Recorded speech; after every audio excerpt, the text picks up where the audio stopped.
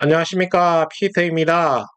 손해평가사 2차 완전정복 교재 가지고 계속해서 여러분들하고 유튜브 통해서 학습하고 있습니다. 오늘은 그 보험에 의해 세 번째 시간 되겠습니다. 세 번째 시간이고, 재보험부터 시작을 해야 될 것 같네요. 교재 88쪽입니다. 교재 88쪽 여러분들 준비해 주시고, 바로 수업 시작합니다. 자, 재보험 보면은 재보험의 의 및 승질 이렇게 나와 있네요. 자, 재보험 의부터 보시죠. 크게 그 재보험의 의는 보험 계약의 어떤 위험을 분산시키기 위해 보험자가 가입하는 보험을 재보험이라고 하죠. 그러면 조금 더 세밀하게 들어가서는 보험자가 계약자 또는 피보험자와 계약을 체결하여 그 인수한 보험 계약 그 책임의 일부 또는 전부를 다른 보험자에게 넘기는 것. 이걸 재보험이라고 얘기를 하는 것이겠죠. 그래서 보험 계약의 위험을 분산시키기 위해 누가 보험자가 가입하는 보험이 무엇이다? 재보험이다. 이렇게 보시면 되겠습니다. 자, 그러면은 재보험의 어떤 독립성 여부를 한번 같이 보십시다. 재보험과 원보험은 경제상으로는 동질적인 위험을 부담하므로 같은 성격의 보험이지만은 법률상으로는 전혀 별개의 계약이다. 그래서 재보험 계약은 원보험 계약의 효력에 영향을 미치지 아니한다. 이렇게 보시면 되겠습니다. 그래서 독립적이다. 이렇게 보면 되겠고. 그 다음에 재보험의 그 어떤 성질을 보면은 재보험 계약은 손해보험 계약에 속합니다. 그래서 지금 이게 원보험이 손해보험인 경우 계약이 있을 거고, 인보험인 계약이 있을 것입니다. 손해보험인 계약은 당연히 손해보험 되겠죠. 근데 인보험인 계약의 재보험 어떻게 될까요? 인보험인 계약의 재보험도 손해보험이 됩니다. 재보험은 손해보험 계약이다. 이렇게 보시면 되겠죠. 자, 그러면은 재보험의 기능, 이건 첫 번째 위험 분산, 두 번째 원보험자의 인수 능력의 확대로 마케팅 능력을 강하게 해줄 수 있다. 그 다음에 경영의 안정화, 그 다음에 네 번째 신규 보험 상품의 개발을 촉진시킬 수 있다. 이렇게 볼 수 있겠습니다. 자, 그러면 위험 분산에서 우리가 양적 분산, 질적 분산, 장소적 분산 이렇게 다시 구분을 할 수가 있는데, 양적 분산은 원보험자가 인수한 위험의 전부 또는 일부를 분산시킴으로써 커다란 위험을 인수할 수 있도록 한다. 그러니까 보험자가 전부 또는 일부를 분산시키니까 커다란 위험을 자기가 인수할 수 있는 보험자가 인수할 수 있도록 해주는 거죠. 재보험에 어떤 제도가 있으니까. 그 다음에 질적 분산.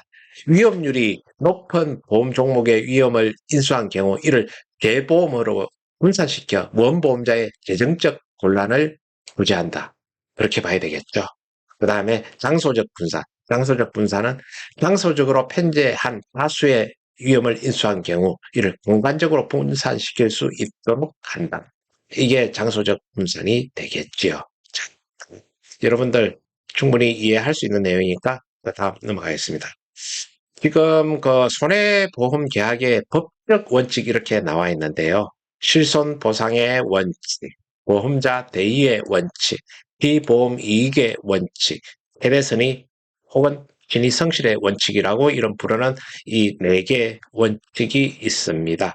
손해보험 계약의 이 법적 원칙이라는 거 우리 그 학습할 때 손해보험의 원리라는 거 나왔었죠. 손해보험의 원리 5가지. 위험의 분담, 위험 대량의 원칙, 극복, 반대 극복, 균등의 원칙, 수지상등의 원칙, 이득금지의 원칙. 이거 지난번에 우리가 다 학습을 했던 내용입니다. 근데 손해보험의 원리 5가지 써라. 이렇게 하고 손해보험 계약의 법적 원칙 4가지를 써라. 이렇게 했을 때 단순하게 5점짜리로 실손보상 원칙, 보험자 대위 원칙, 규범의 이익 원칙, 재대선의 원칙 이게 나왔을 때 여러분 헷갈릴 수밖에 없습니다. 그래서 연계해서 확실하게 원리가 뭔지, 법적 원칙이 뭔지 여러분들이 꼼꼼하게 정리해 놓고 있지 않으면은 시험 나오면은 법적 원칙 4가지 써야 되는데 손해보험의 원리 써놓고 있습니다. 그래서 여러분들 정확하게 여러분들이 꼼꼼하게 정리를 해 두셔야 된다. 그래서 법적 원칙은 뭐뭐가 있다. 이렇게 해서 보시면 될 것 같고, 자, 손해보험 계약의 법적 원칙에는 실수보상의 원칙, 보험자 대의의 원칙, 기보험의 이익의 원칙, 최대 선의 혹은 신의성실의 원칙 이렇게 네 가지가 있습니다. 지금 여기서 실손보상 원칙 안에도 또 실손보상의 원칙의 목적 이런 것들이 또 나오죠. 그래서 지금 이 안에 있는 그 박스 안에 들어가 있는 내용은 문제의 받침이다. 여기서 5점짜리가 문제가 나올 수도 있고 15점짜리로 해서 법적 원칙에 대해서 각각 뭐 실손 보상의 원칙에 대해서 서술하라. 보험자 대의의 원칙에 대해서 서술하라. 피보험 이익의 원칙에 대해서 서술하라. 세대선의의 원칙에 대해서 서술하라. 이렇게 하면은 15점짜리도 금방 나올 수 있는 게 이쪽 손해보험 계약의 법적 원칙 내용입니다. 그리고 내용 자체도 꽤 중요한 내용들이 엄청나게 들어가 있다고 봐야 되고요. 자, 그러면 하나하나 지금 점검하면서 들어가겠습니다. 실손보상의 원칙, 무슨 내용입니까? 이익금지의 원칙하고 일맥상통하고 실제 손실을 보상한다는 그런 뜻이겠죠. 실손보상의 원칙. 그래서 이익금지의 원칙하고 일맥상통한다. 실제 손실을 보상한다. 이게 핵심 키워드가 되겠습니다. 그러면 실손보상의 원칙의 목적, 실손보상을 하는 목적이 뭐겠습니까? 첫 번째, 손해 발생 이전의 상태로 복원한다는 목적이고, 두 번째는 실손보상을 해주니까 도덕적 위태를 감소시키는 것 또한 하나의 목적이 되었습니다. 그래서 이 두 가지, 손해 발생 이전의 상태로 복원하는 것, 도덕적 위태를 감소시키는 것, 이게 실손보상의 원칙의 목적이라고 되겠습니다. 자, 그러면 실손보상의 원칙에 예외가 있습니다. 예외가 무엇일까요? 기평가 계약이라는 게 있고 대체비용 보험이라는 게 있고 생명보험이라는 게 있습니다. 그래서 기평가 계약은 뭐냐? 전손이 발생할 경우 미리 약정한 금액을 지급하기로 한 계약을 기평가 계약이라고 합니다. 그래서 이거 실손보상 원칙의 어떤 예외입니다. 그 다음에 대체비용 보험 같은 경우는 손실 지급의 결정 시 감가상각을 고려하지 않는 보험을 대체비용 보험이라고 합니다. 그 다음 생명보험. 생명보험은 인간의 생명은 감가상각 적용이 어렵다. 그래서 미리 약정한 금액으로 계약 체결을 하고 사고 발생 시에 약정 금액을 지급한다. 이렇게 적혀 있습니다. 그래서 지금 실손보상의 원칙의 예외 세 가지 써라 이러면 기평가 계약, 대체비용 보험, 생명보험 이렇게 적어줘야 될 거고, 그러면 기평가 계약이 뭐냐 이렇게 간단하게 서술하라 그러면은 전손이 발생할 경우 미리 약정한 금액을 지급하기로 한 계약이다. 그 다음에 대체비용 보험은 무엇이냐? 손실 지급액 결정 시 감가상각을 고려하지 않는 보험이다. 그 다음 생명보험은 인간의 생명은 감가상각 적용이 어렵다. 그래서 미리 약정한 금액으로 예약 체결하고 사고 발생 시 약정 금액을 지급한다. 이게 어떤 거하고 관련되는 내용입니까? 실손보상의 원칙하고 관련되는 내용이었습니다. 자, 그 다음 보험자 대의의 원칙이 나오네요. 자, 보험자 대의의 원칙 세세한 내용이 무엇일까요? 보험자가 피보험자에게 보험금을 지급한 때에는 일정한 요건 아래 계약자 또는 피보험자의 권리가 보험자에게 이전되는 걸 무엇이라고 합니까? 보험자 대의 원칙이라고 합니다. 그래서 이 보험자 대의에는 어떤 게 있을까요? 목적물 대의, 즉 반존물 대의라는 거하고 그 다음에 제3자에 대한 보험 대의, 청구권 대의라는 게 있습니다. 그러면은 목적물 대의는 무엇이냐? 보험의 목적이 전부 멸실한 경우 보험금의 전부를 지급한 보험자는 그 목적에 대한 피보험자의 권리를 취득한다는 게 목적물 대의 혹은 단준물 대의라고 하는 겁니다. 그 다음 제3자에 대한 보험 대의, 즉 청구권 대의는 손해가 제3자의 행위로 인하여 발생한 경우 보험금을 지급한 보험자는 지급한 금액의 한도 내에서 지급한 금액의 한도 내에서 그 3자에 대한 권리를 취득한다는 게 제3자에 대한 보험대의, 청구권 대의라고 하겠습니다. 자, 그러면은 보험자 대의의 원칙의 세 가지 또 목적이 있네요.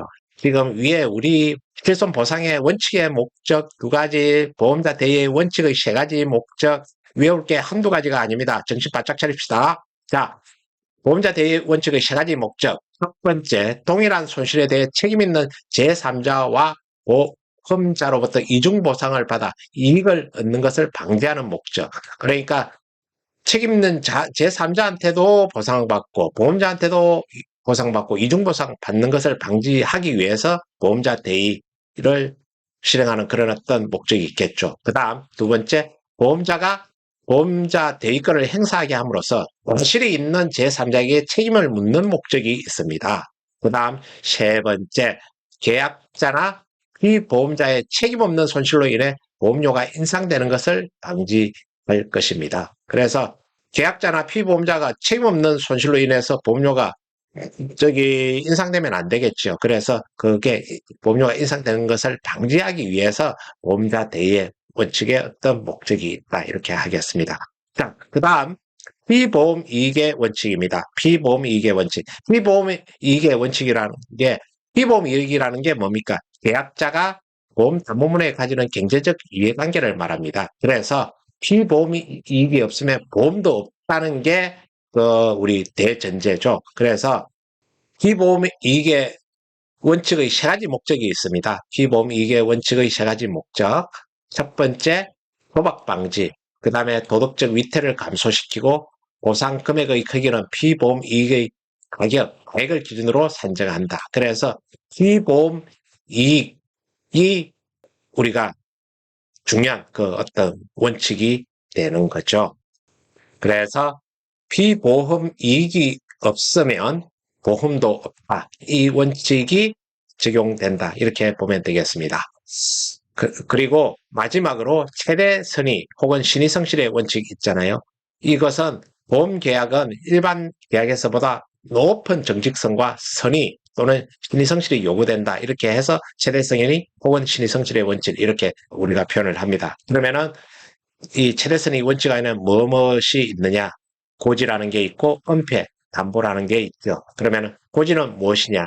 계약자가 보험 체결 전에 보험자가 요구하는 사항에 대해 사실 및 의견을 제시하는 걸 무엇이다? 고지 혹은 진술이라고 합니다. 그래서 보험자는 진술된 내용을 토대로 계약의 거부, 계약을 할 것인지 말 것인지에 대한 것, 그 다음에 보험료를 결정하므로 소위 진술은 계약의 해제, 그 다음에 해지 사유가 된다. 이렇게 보시면 되겠습니다.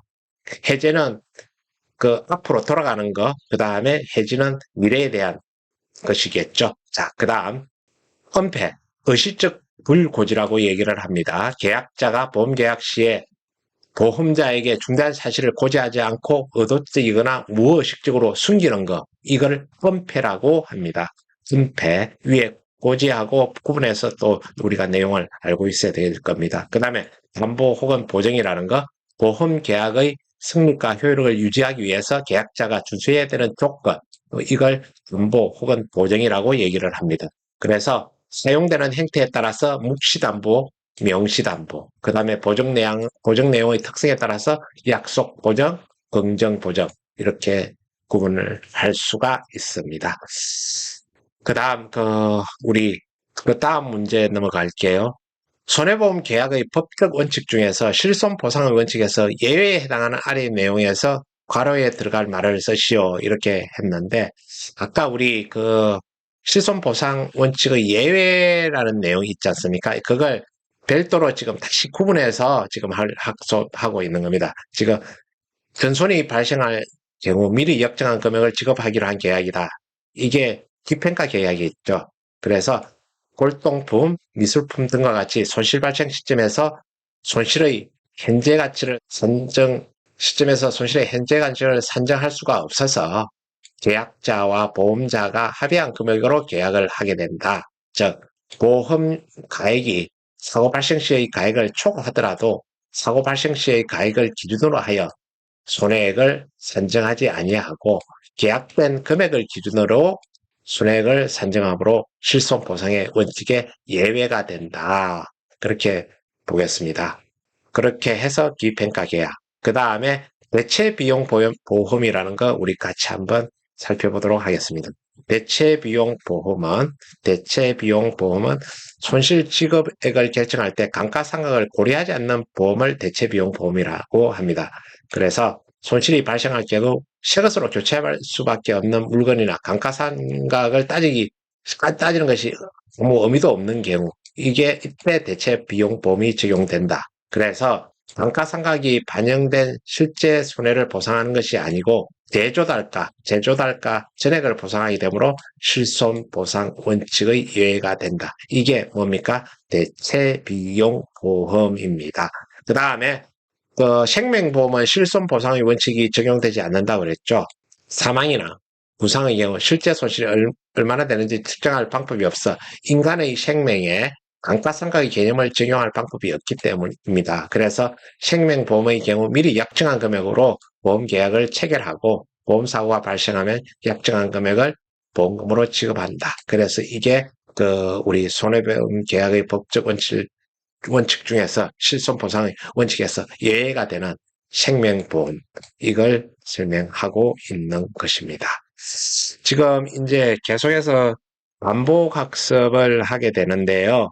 이 내용 여러분들이 학습하시기 쉬우라고 지금 이 박스를 만들어 놨습니다. 그래서 보험계약의 법적 원칙 해가지고 여러분들이 한쪽에는 주요 원칙 4가지 쓰고 오른쪽에는 세부 내용을 여러분들이 직접 서브노트 만들어 가지고 학습을 하시라고 이렇게 연결해서 표를 만들어 준 것입니다. 그 다음에 아까 우리 법적 원칙하고 손해보험의 원리 상당히 헷갈릴 수 있는 부분이라고 그랬죠. 손해보험의 원리는 꼭 이렇게 또 박스를 만들어서 주요 원리는 위험의 분담, 위험 대량의 원칙, 급부, 반대급부, 균등의 원칙, 그 다음에 수지상등의 원칙, 이득금지의 원칙, 그렇게 하고 그 세부 내용들은 또 어떤 것들이 있는지 여러분들이 서브노트 만들어가지고 학습을 하시라고 박스를 만들어 뒀습니다. 그 다음에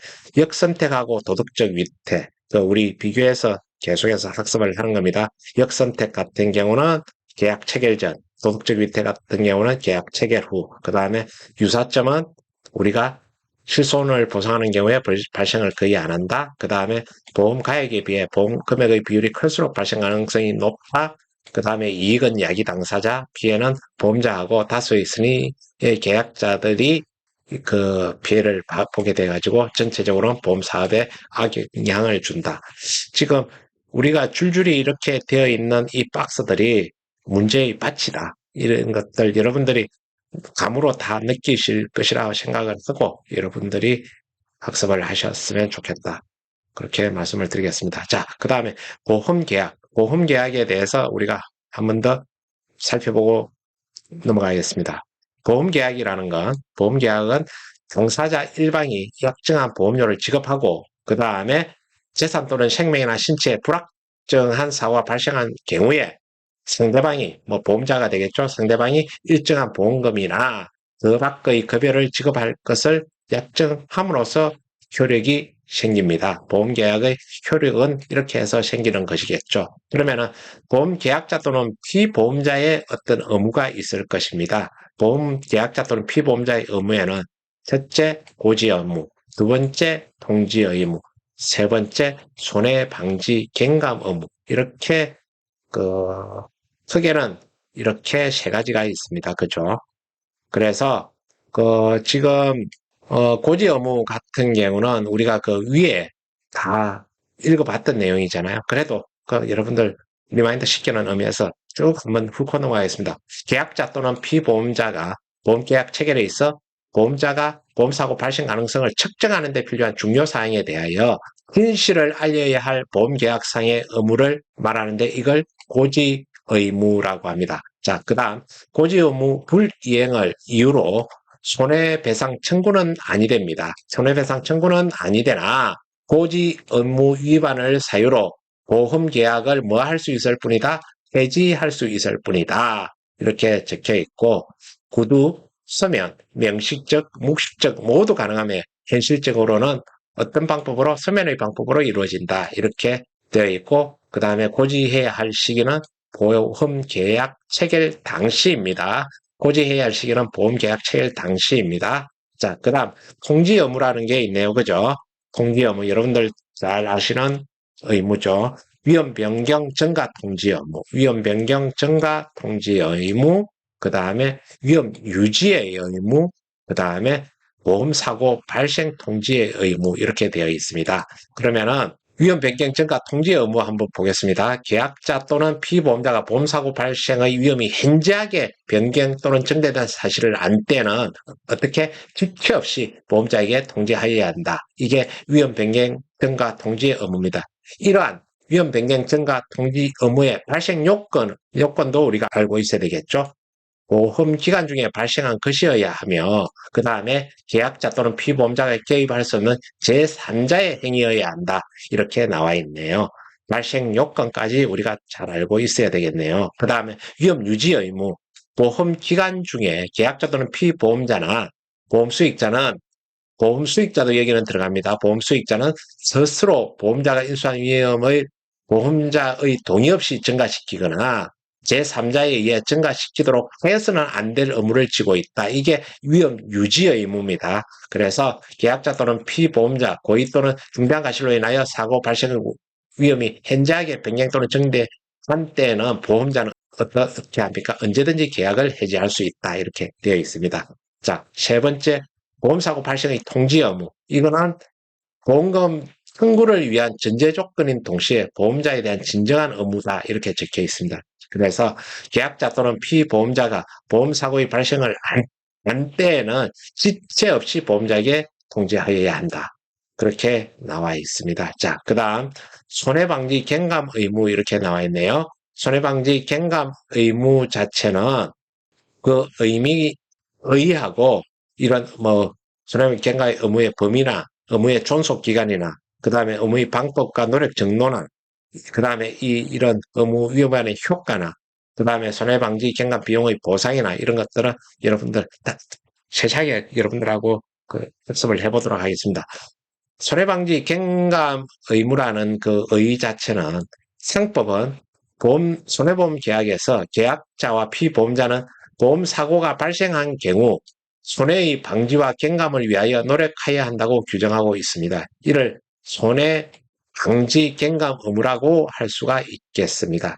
그래서 이걸 인정하는 이유, 손해방지 경감 의무를 인정하는 이유가 보험자나 보험단체 및 공익보호라는 측면에서 인정이 된다. 그 다음에 우연성 측면에서 인정이 된다. 이게 사고가 우연적인 그런 부분이니까 우연성 측면에서 인정이 된다. 이렇게 볼 수가 있겠습니다.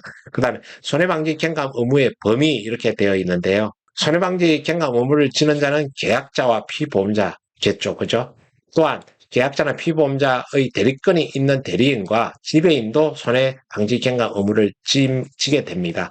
그래서 계약자나 피보험자가 다수인 경우 각각 이 의무를 지는 것으로 보고 이 의무는 손해보험에서만 발생하는 의무로서 인보험의 보험 수익자는 이 의무를 부담하지 아니한다 이렇게 적혀 있네요. 그죠? 그래서 손해방지 경감 의무는 그 인보험의 보험 수익자는 이 의무를 부담하지 아니한다 이렇게 적혀 있습니다. 그 다음에 손해방지 경감 의무의 존속기간 보험사고가 발생하여서 손해가 발생할 것이라는 것을 계약자나 피보험자가 안 때부터가 경감 의무의 발생 시점이겠죠. 그 다음에 사고 자체의 예방이 포함되는지 여부는 보험사고 발생 전의 보험기간 사고 자체를 막아야 하는 것은 이 의무가 아니라고 이렇게 하고 있습니다. 그 다음에 소멸 시점은 손해방지의 가능성이 소멸한 시점이 되겠습니다. 그 다음에 손해방지 경감 의무의 방법과 노력의 정도는 계약자나 피보험자가 그 상황에서 손해방지를 위하여 일반적으로 기대되는 방법이면 되는 거고 최대선의의 원칙에 의하여 사안별로 판단하면 된다. 이렇게 되어 있습니다. 그 다음 보험자의 지시에 의한 경우 허용되는 것으로 보아야 합니다. 그 다음 의무 위반, 손해방지 경감 의무의 위반의 효과, 갱과실로 인한 손해방지 경감 의무 위반 시에는 보험자의 보험금 지급 책임을 인정을 합니다. 그렇지만 중과실 또는 고의의 경우에는 보험자의 보험금 지급 책임에서 그 늘어난 손해에 대해서는 면제한다는 것입니다. 그 다음에 손해방지 경감 비용의 보상은 보험 금액을 초과한 경우에도 손해방지 비용은 보상하게 되었습니다.